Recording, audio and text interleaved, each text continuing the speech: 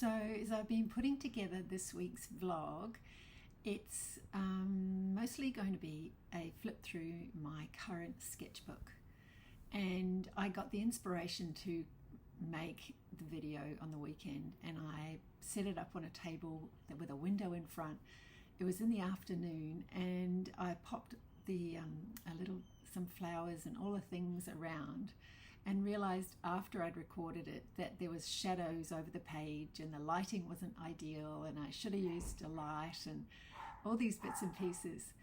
But you know what I think is important for me to keep doing at the moment is just showing up the best I can at the time and post these videos to the best of my ability.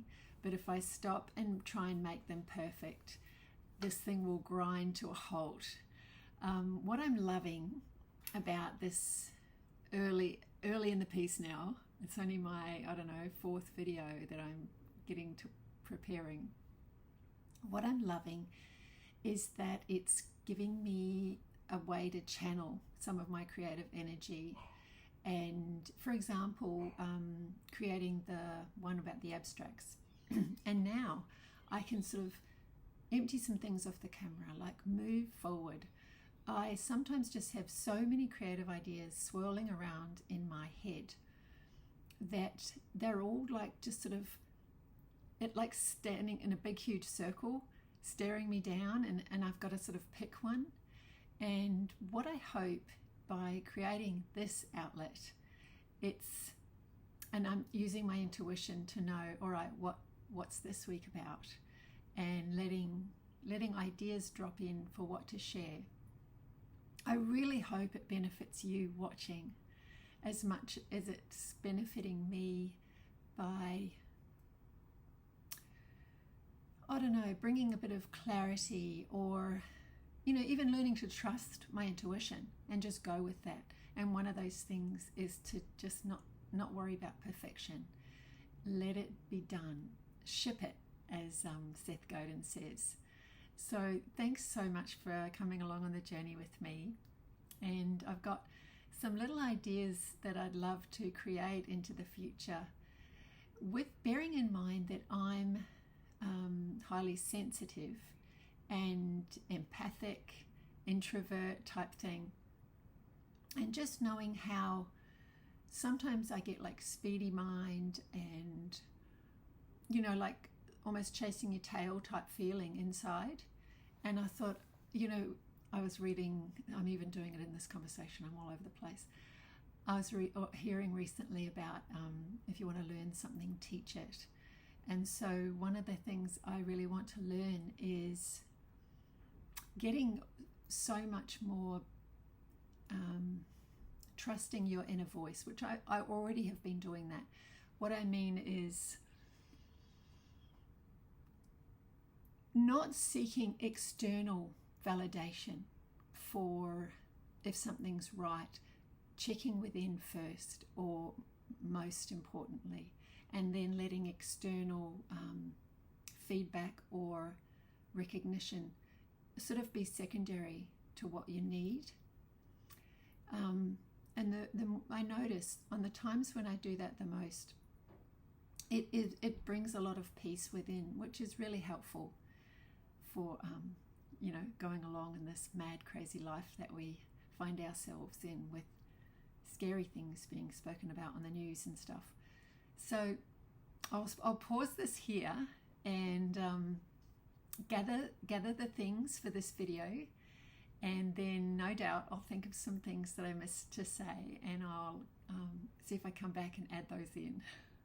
This one I'm recording on my iMac, on the video thing. So between using this and just my iPhone, I've got an old iPhone 6 that I sometimes set up because I've sort of emptied it of all its apps and bits, and hopefully it's got like room to record video, because I don't know, the idea of having 2 cameras on at the same time is a bit full on. But I thought, well, I could maybe set it up with a little tripod with the old phone, and then overhead with my new phone sometimes. Learning as I go.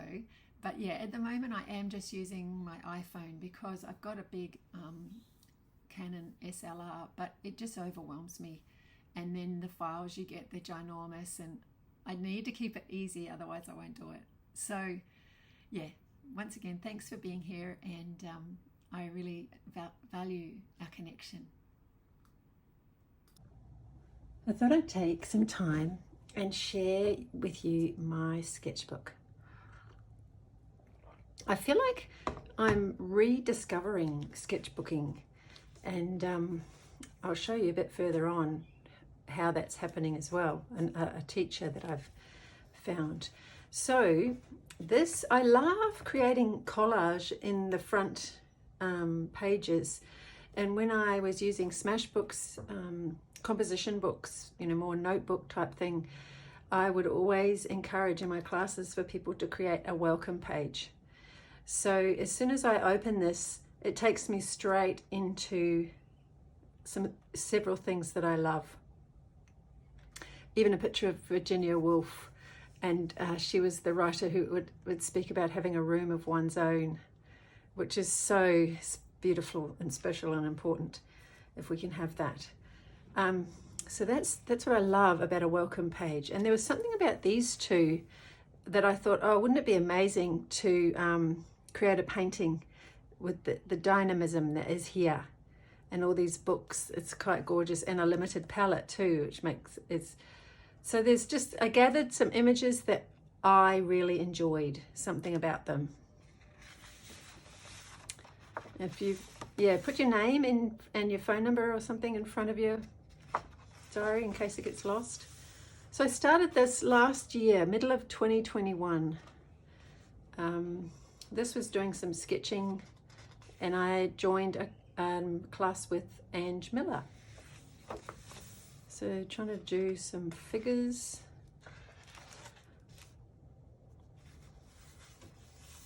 Practicing lines.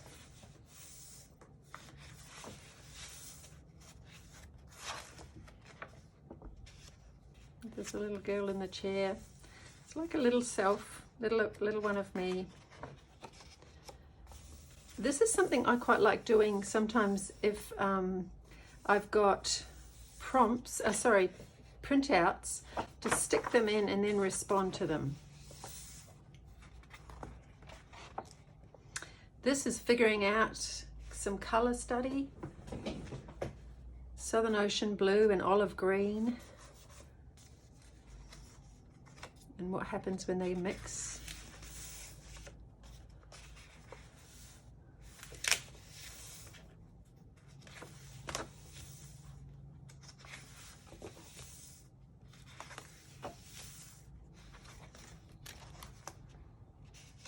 This is a painting design that sold, and I loved it so much I thought I better draw it before it goes away. So I sketched this after I'd done the painting, and I think it has set me off in a whole new-ish, well, pretty new direction for me. I've not really thought about still life very much before, but this one has sparked something in me which has made me really excited about it.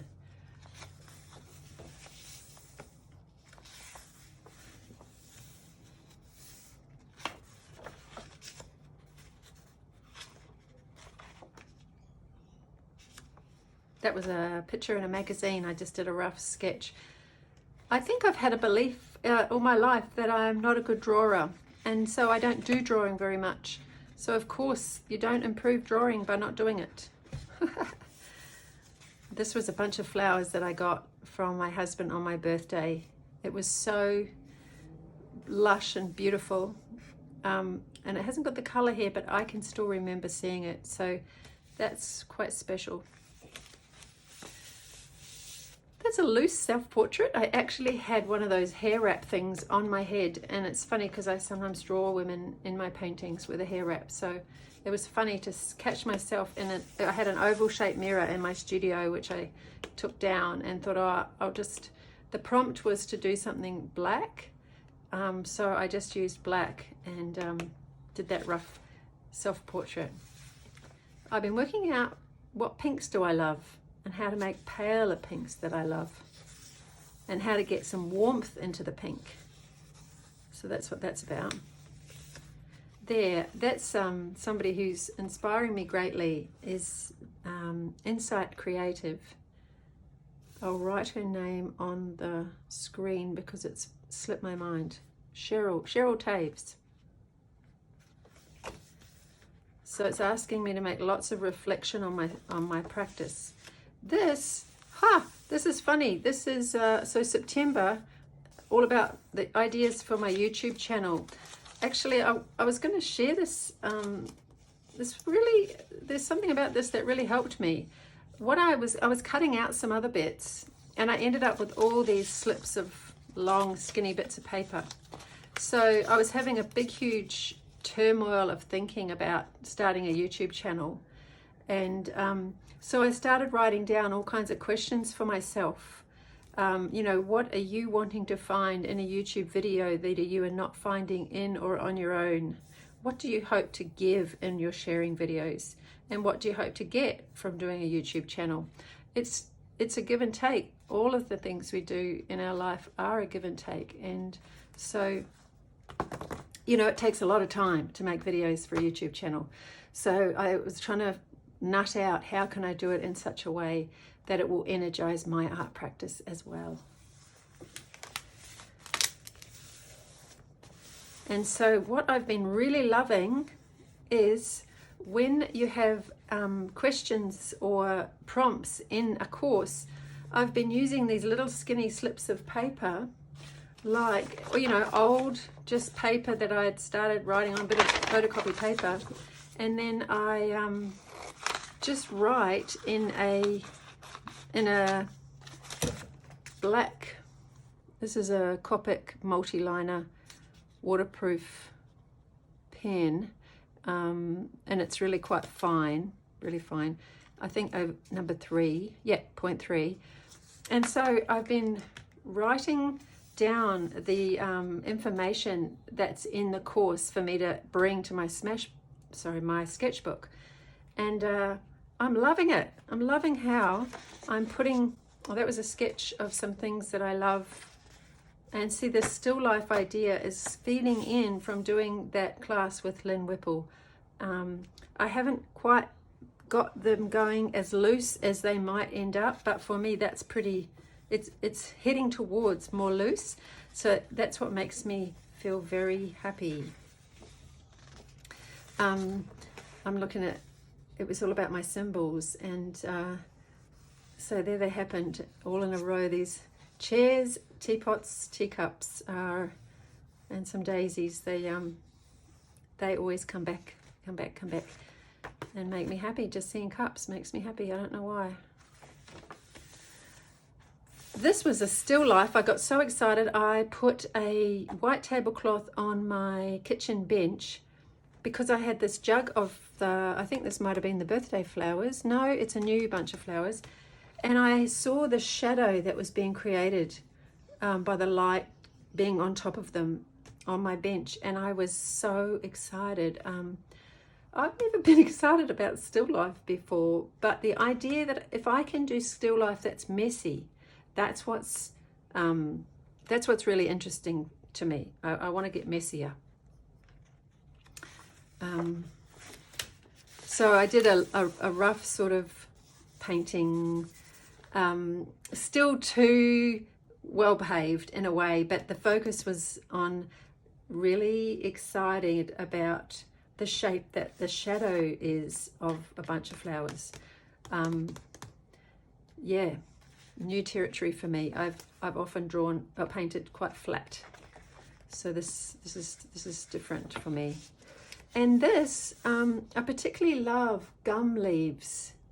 And when you buy flowers, sometimes there's a sprig of gum leaf. And I thought, oh, how would I make that color? And I was, so this one here is Antique Green in a tube already by Jo Sonia. And it's kind of, a bit strong, a bit dark, and that's it on its own, undiluted. And I thought, oh, what if I try and mix it myself? And so I thought about the blues, and that there's a little bit of warmth in the silver dollar or the eucalypt there's a little bit of warmth, and I noticed on the sprig, actually I'll go and get it because I think that will help. Okay. So I was sort of surprised to notice that the stem was quite red. And so I got an ultramarine blue, a warm yellow. So ultramarine is said to be warm as opposed to phthalo, which is supposed to be more cool, and cadmium red hue, which could be warm as well. So they're all three quite warm. And then I just started to mix little bits and just kind of almost immediately got really close to these gum leaf greens. And so I was pretty happy with that. You know, I know I've been an artist a long time, but I don't use the primaries all the time to mix my colours. I have spoilt myself and just buy a whole bunch of colours. So this delighted me. And so then I did a little bit of trying to sketch them. There's the difference of this one didn't have water, but they all, I've noticed in ceramic vases and things, when they're dried out like this, they can still look really lovely.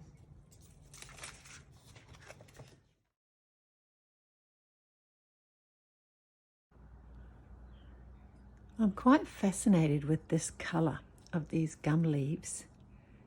And so I thought I would have a play with some paints and see how to come up with the colours like this.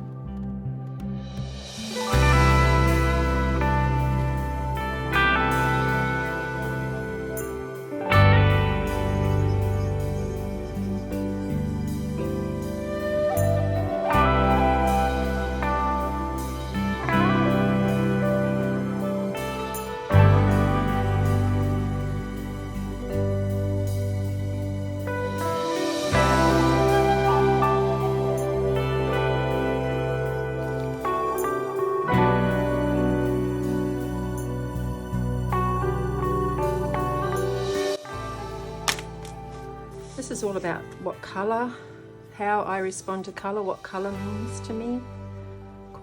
So that was cool. More of these long, see these notes that I'm responding to, so then they can live in here. And these are the 4 paintings that they didn't come out properly from the printer. They're in between these colours. And so that's been an interesting new series of 4 abstract paintings. They're only 12 by 12 inch or 30 by 30 centimetres. and I called them Blue Depths. And so this has been a whole journey. It took me several months, I've got to be honest.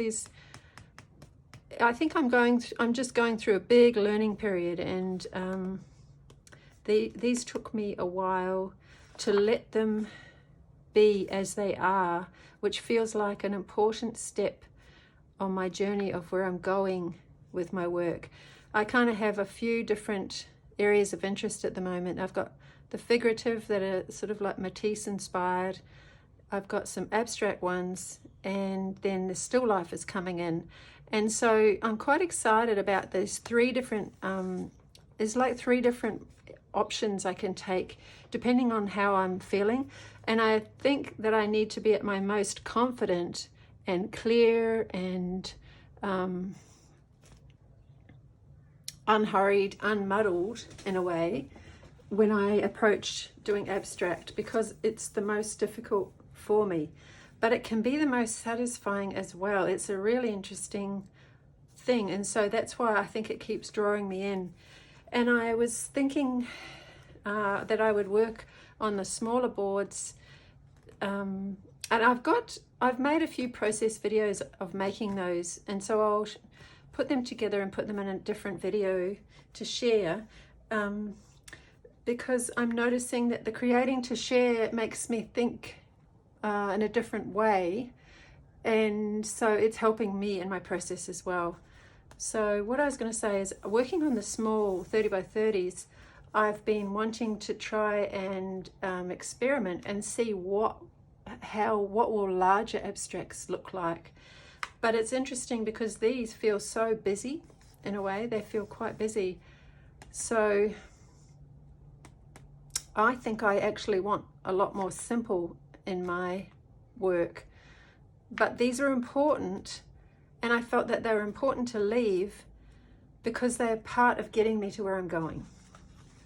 And I think in times gone by, I just used to always paint over, and that's what I'm seeing the benefit of bringing in a sketchbook practice, is that the paint, instead of painting over and over on a painting that isn't working, I can spend more time in here, like just playing on the paper. It will welcome me to just be more loose and free, I think. Like, I wouldn't probably set up a canvas and just do this at all. I'd feel it was not enough paint, or not enough something, you know.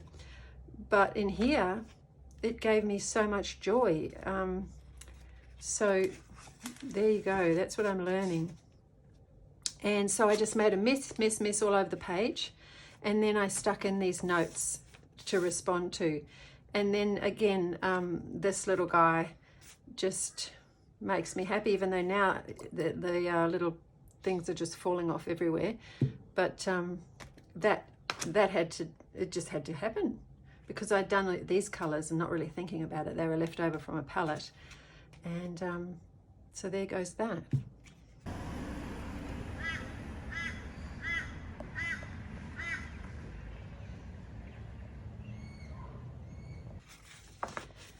And then just doing some thumbnails. So I'm pretty excited about my new foray into sketchbooking. And if you want the details, if you're in Australia, this is just from Officeworks, and I think they're only about $14 or $15.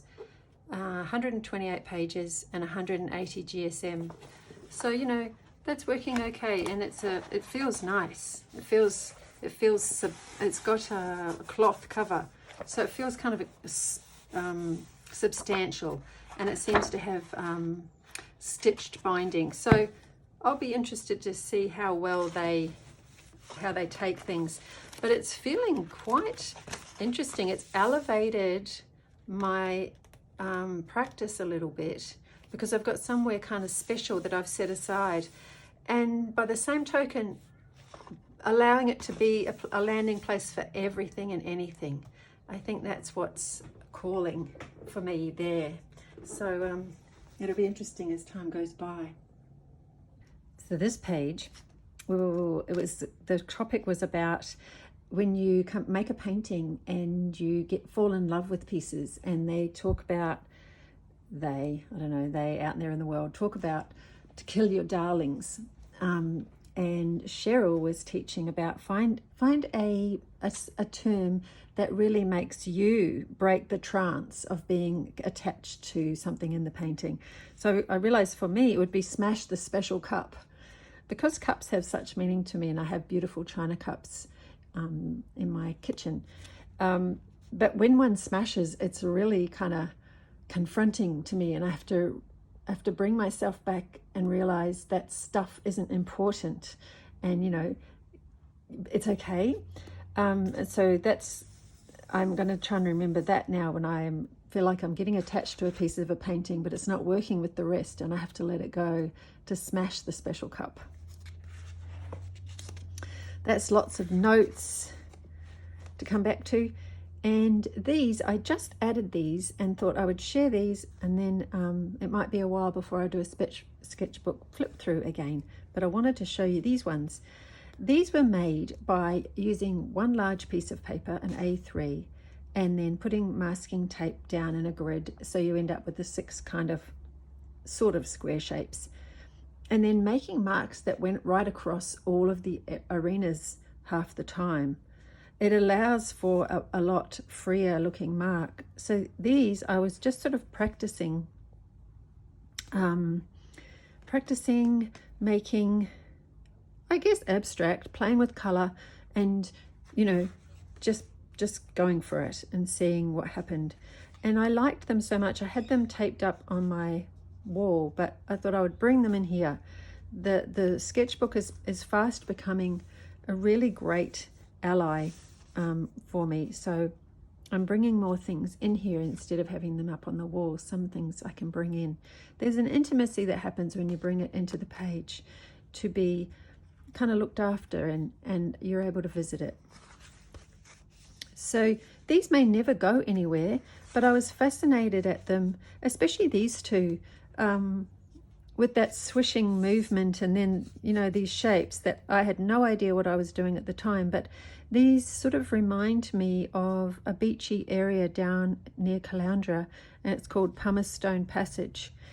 And there's the city of Caloundra right near a waterway, and then a really desolate little island across the passage. And this abstract piece just reminded me of that. But if you told me to make a painting like this, I'd never have been able to do it so freely, wildly, and like this. So that's what fascinates me sometimes about abstract playing. It's almost like you can't rely on it to do finished art. Well, I can't at this point, but very interesting for you to have in your sketchbook to remind you can, like that term rewilding or untaming. I'm extremely attracted to those two words at the moment. And the other morning, I kept imagining a woman in a green dress. I wanted to paint a woman in a green dress, and I haven't got around to that yet.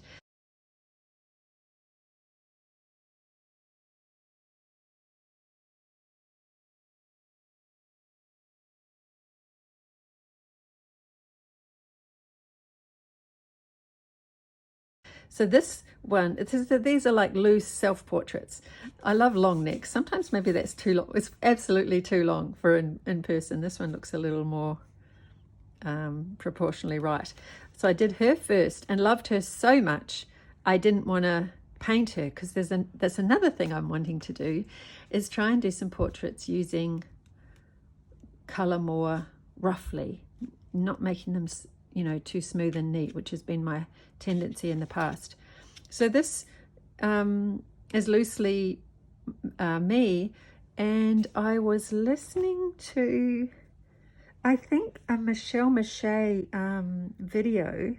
She does videos on YouTube, and it was an Akashic record reading.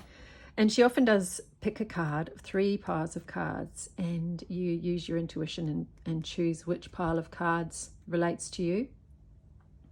And I've been watching them for months now, and so I seem to be attracted to the same numbers most of the time. And then what she was saying was, don't be afraid of your emotions. Harness your emotions and connect with your emotions. And that's my edge, you know, to connect with your emotions instead of trying to flee from them is what I'm working with in my work. And then last, I think this is the last, yes, listening to the Creative Genius podcast, and the guest was Este MacLeod.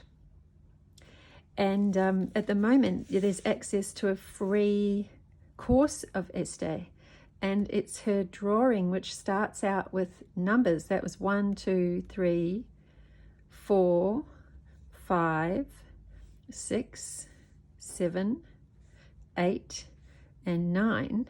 You start out with the numbers, and then she was showing how to draw these cats. And so, oh my God, I thought, oh, that delighted me so much. It was like, yeah, I'm going straight now. And I signed up, got out my book, and drew these cats, which I never draw cats. But oh my God, I loved this. I loved the invitation to do something different. And at the same day, I read this post by Sandra Mendelsohn, and she's an animal communicator. I've heard her interviewed some years ago on a podcast, and she is amazing. And so she'd written this message from Female Lion. Humans overtax each other because they do not sit with themselves first before pouring their needs, emotions, and stories into each other. And I just was really struck by that. And that's another reason for using our journals and writing and sketchbooks, is that we get to pour our emotions onto a page and be with ourselves in a beautiful way. And so I look forward to bringing more of that out in my videos, because it's something that has been integral to my mental health. So that's all for my sketchbook today.